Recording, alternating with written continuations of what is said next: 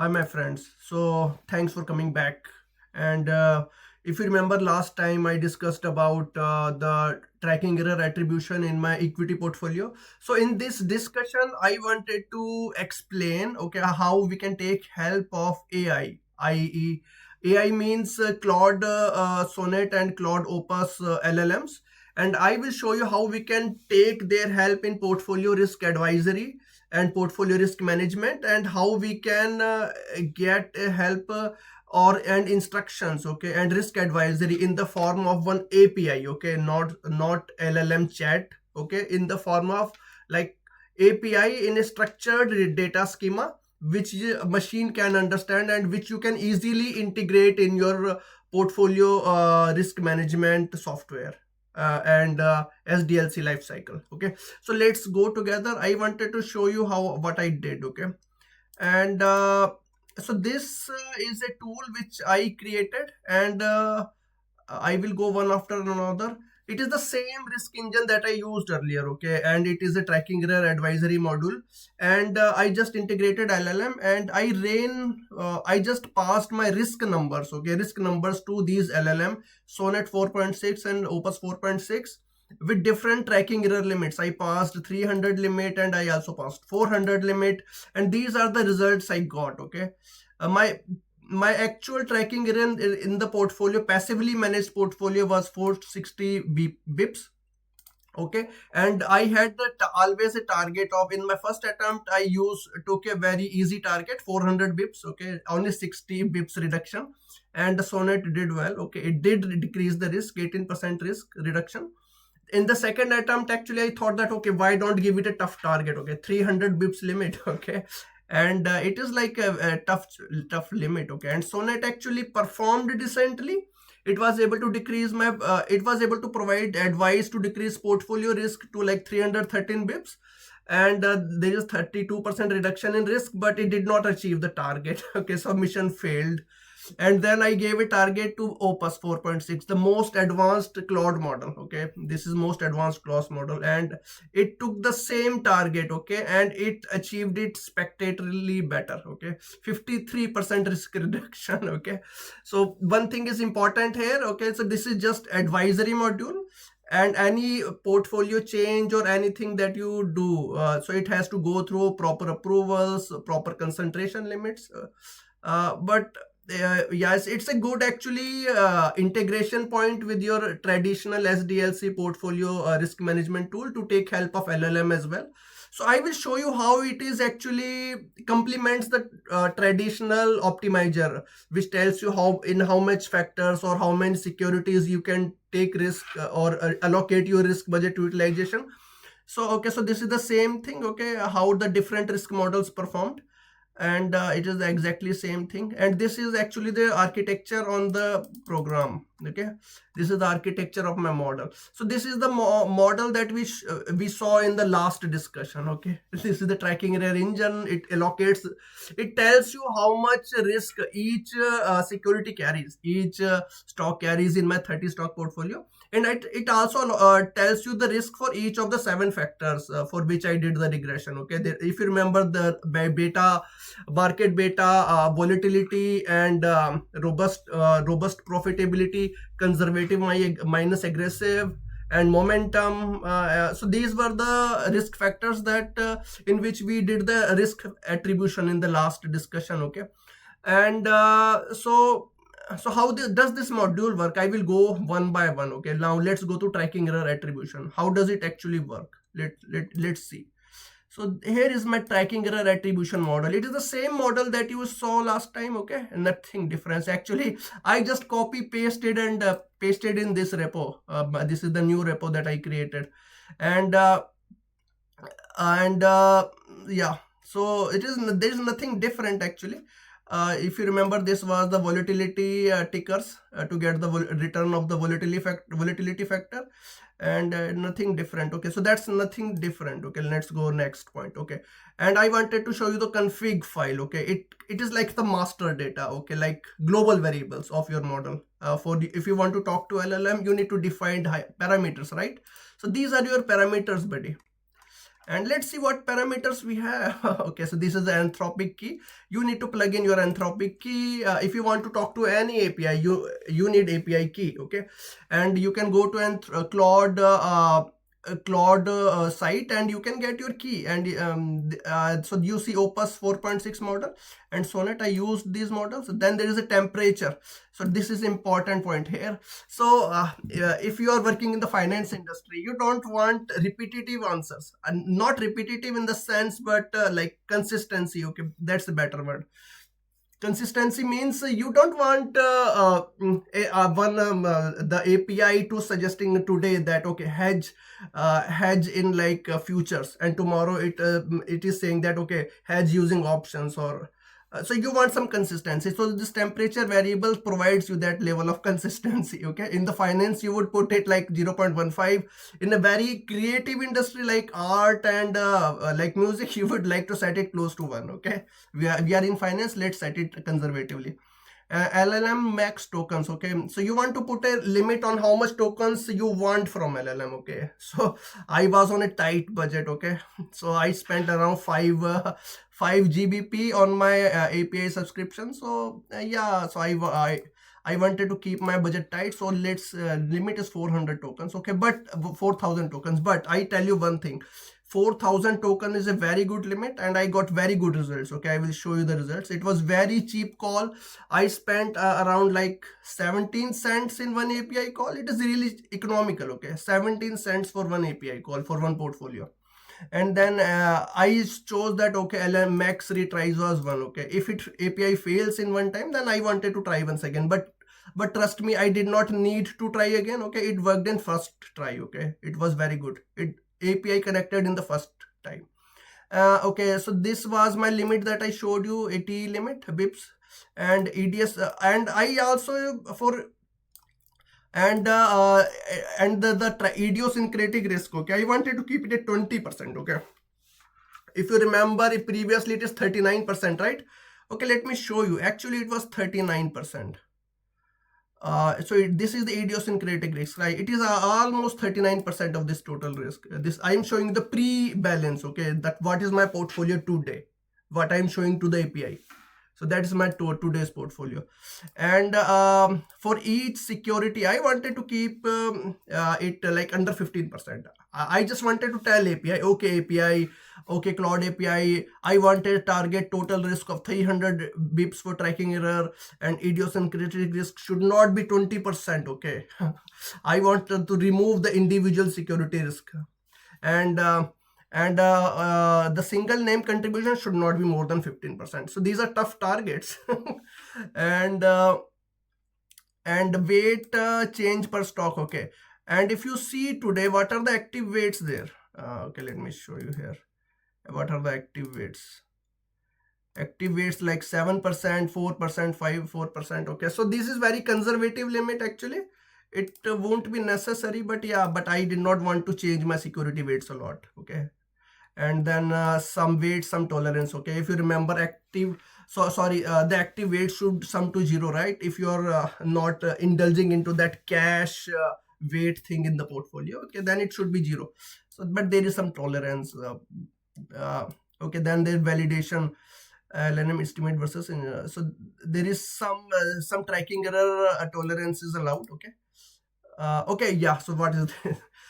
So if you remember, if you see that for each of its advice, let me show you actually here, it will be good.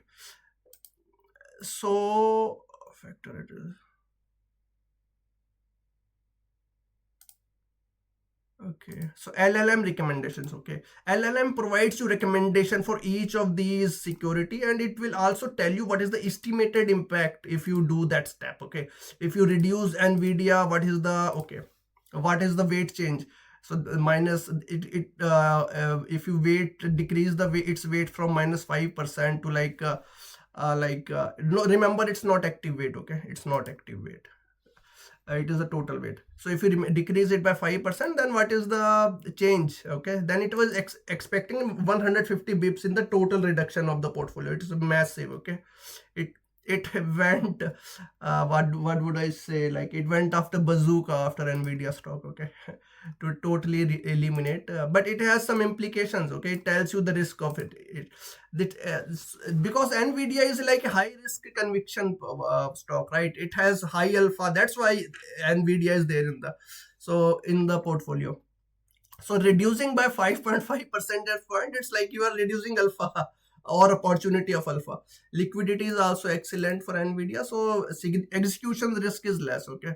So it tells you, okay, what is the risk of doing it, and it was all these suggestions were validated, okay, whether it is feasible or not in the portfolio, whether I want to do it or not. So it recommended reduction in these 3 positions, okay, and it also gave some commentary for Google. So you see, it gave commentary of each stock, okay. Each stock it gave some commentary and expected tracking error reduction, and so it is very good actually.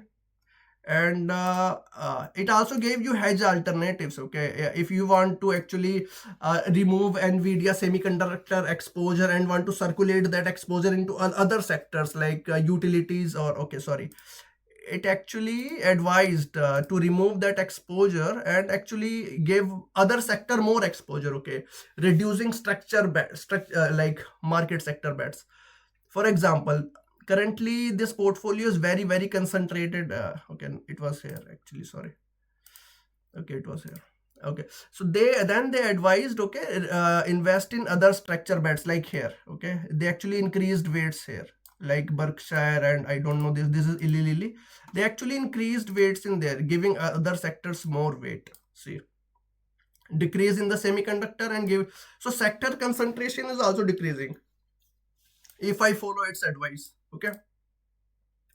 And yeah, and it also gave hedging advice if you want to use the derivatives. But remember, if you use derivatives in actually trying to decrease risk, then if you only accommodate delta risk, okay, the delta adjustment in your active weight for calculating all these covariance calculations and tracking error calculations, only then it will actually reflect in the numbers, and otherwise it won't reflect in the numbers. So that's what it is trying to tell you, okay. So it's a good read actually, and let me go back actually. So where I was here, sorry. And LLM, okay, sorry.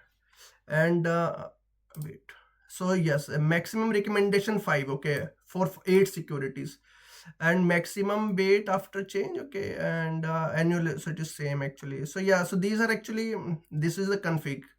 And what was the next step? Let's go. Risk limit check. So yeah, you have to check which limits are exceeding, right? Let's see risk limit check. Risk limit check examines each security and determine if there is a breach. Suppose the total risk today is 460 bits and bips, and your target is like 300 bips, then definitely this is a breach, right? Okay, this is a breach. And it also checks the breach at the total okay, breach detected. That the breach actually happened in the portfolio, because 460 is more than 300, and T limit is like 300, and idiosyncratic breach also happened. Remember, I put a limit of like 15% on the idiosyncratic limit, okay. So that happened here.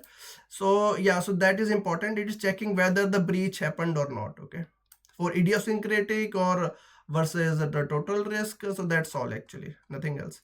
Let's go back. And then the data assembler, it is important. Let's go to the data assembler, okay. So if you are talking to the API and you want to present them, okay, so that these are my securities, this is my total risk, and I want this much risk, then you need to call one API for Claude. And let's go to the data assembler, that module. So this is my data assembler module, and it assembles a structured JSON serializing. It creates a JSON thing like that, okay. Your API, if you want to talk to Claude, you need API actually, and for that API, how would you transfer that data? You actually need to transfer that data through some JSON payload. They understand JSON pretty well actually. and you cannot pass on dictionary. JSON is the best, and yeah, that's all actually. And you cannot pass instance or object. So that's the main point. So what I'm passing to API, so that's the important thing, right? I'm passing breach report. Okay, I'm telling the breach happened or not, for which securities I'm telling that. And I'm telling them total tracking error and systematic tracking error. Okay, that's what the things I'm telling you. So I'm sending a summary, and then I'm telling attribution at both level, remember. Okay, I had factor level attribution for each of the 7 factors. I'm providing some attribution, and the security level attribution, I'm providing them security level attribution as well. Okay, and then active exposure, then active weight, then all these I'm telling them everything actually. When you create your or when you integrate AI in your portfolio risk management SDLC, then you might not pass like these many parameters actually, but I think it's good thing, because covariance matrix, if you pass, then you are telling them, okay, what is the relationship between different factors, right? Okay, and that is important, because if you want to decrease growth stock exposure, then if it has high exposure to volatility factor, then it will also decrease volatility factor. So that correlations are also important. Covariance, it is actually a similar meaning like correlation. So, and then bench weight, it is telling benchmark weight, portfolio weight, active weight. Okay, so these many things it is telling it. And then I'm creating my payload. Okay, I want to send them to the API. Okay, and I also added some constraints. Okay, these are instructing. Recommendations must be expressed at active weight changes. Okay, so I want whatever they tell me, okay, it should be in the form of active weights. Why active weights? Okay, because I don't want to go like negative.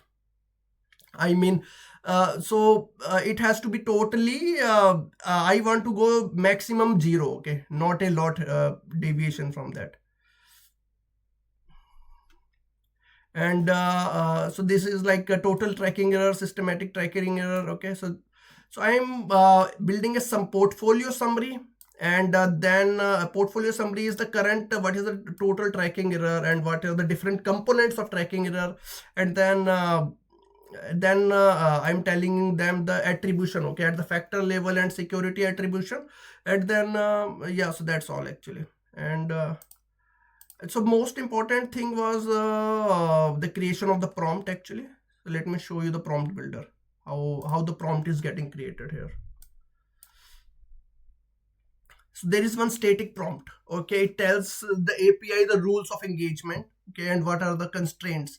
So it gives a definition of tracking error. Okay, it gives you Euler decomposition. Euler decomposition is nothing but all the contribution to tracking error, they should sum to the total T. It is nothing but that. Okay, the total contributions for each security or even each factor, they should sum to total tracking error.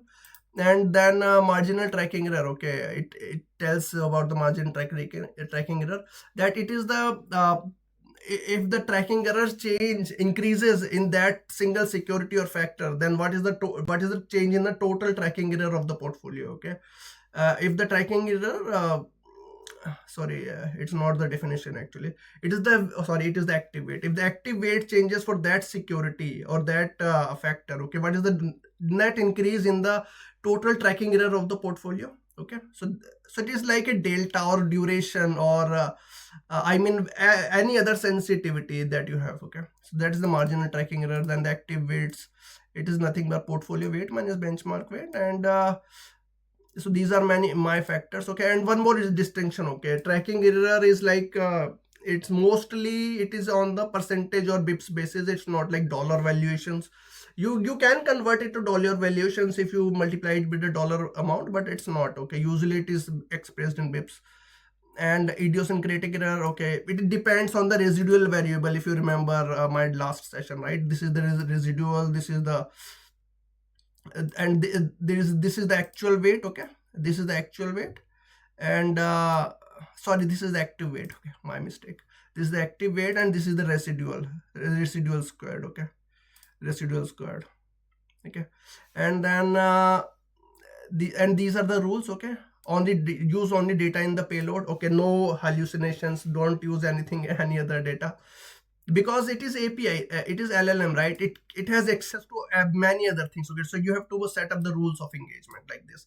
All recommendation must be active wait, and okay, I want all recommendations in the active wait, and these actually you can go through them, and they don't provide anything like less than 0.5% basic, so active change.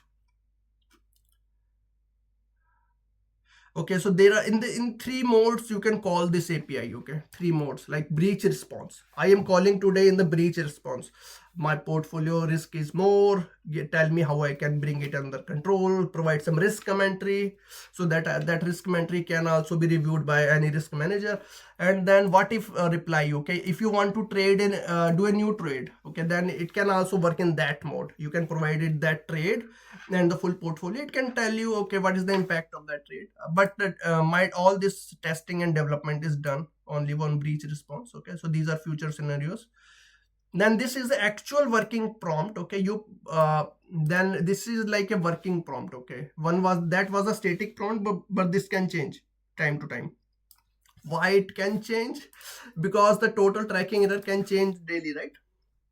That's why it can change. Okay, and your risk limit can also change. Tomorrow your manager can change, set a different risk limit. That's why it can change. And again, some instructions. Okay, I want to total turnover lower. Okay, I don't want a lot of risk. I mean a lot of selling and buying of securities, or using derivatives for the hedging. Okay, it should be lower. And this is important, reducing idiosyncratic risk. Okay, if you remember, idiosyncratic risk was the total risk that cannot be explained by factors. Okay, cannot be explained by factors. So Nvidia was the stock which had a lot of idiosyncratic risk. Natural utilization, natural hedges. Okay, what is a natural hedge? So natural hedge are securities with a negative marginality. Okay, if you add more active weight for those securities, then your total tracking error decreases. Okay, so these natural hedges exist in your portfolio, like that 𝗬𝗵. Okay, I will tell you what are the natural hedges in the portfolio. So this the tracking error security attribution, right? So this is nothing but the, so this is marginality error. So whenever it is negative, it is a actual your natural hedge. Okay, so these are like 𝗬𝗵 is I think utilities. This is JPM. These are actual natural hedge, like Berkshire. And these are actually your risk multipliers. They are, the risk is coming from the magnificent seven stocks. So these are other modes. We are not discussing the other modes here. We can explore later on. And so that was the data assembler, then the prompt builder we discussed, then the LLM client. Okay, let's discuss the LLM client. This is the LLM client. Okay, it is a wrapper around that API call. So you pass on that static prompt and the dynamic prompt and the system payload. Okay, actually it is converted to JSON, remember that. And the most important thing, okay, the most important thing is that you are using a tool. It's not like it will provide you some commentary and somebody will read that commentary, or even the machine with the regex. It's not going to happen. Okay, so this is a tool usage. Okay, I will show you. Let's see what is the tool here. Okay, let's see. You are actually restricting its output. Okay, this is the tool name, and it behaves like API with a predefined schema. Okay, it can only pass these values. uh, it can only pass these value, risk assessment block. Okay, and then okay, and I want some commentary. Okay, but it can be text. Okay, it can provide like a few drivers of the risk. Okay, and concentration concern. Okay, true if the security single name is okay. Let me show you where you will see these values. LLM metadata. Okay, so this is the risk assessment. You saw it here. Yeah, I think it was here. Risk assessment. Okay, and then there's a concentration field somewhere. Okay, and then it provides executive summary and confidence note. So you're trying to ensure that it provides okay, so that is the recommendation array. Okay, weight changes must approximately sum to 0. Okay, so that's one.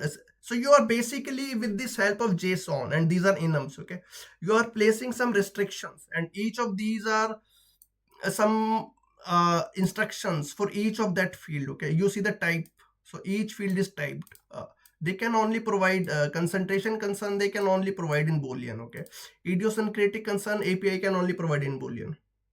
And these are the recommendation. Now this is the main thing, recommendation. It will provide recommendation in the form of tickers. I'm only expecting 8 tickers. Okay, not a lot of. I don't want, the focus of this exercise, I want turnover to be lower. Okay, only 8 tickers.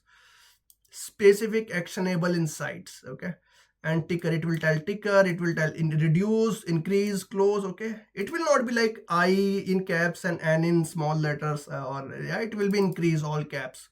I'm forcing the return structure. Okay, so that my SDLC life cycle can handle it. It's like a normal API. Okay, like it is like a normal API. I have defined enums here. Okay, if you see that I have defined enums. Okay, I have defined type. I have for each one, I'm explaining API what are the uses, what is the meaning for each of the field. Okay. Rationale.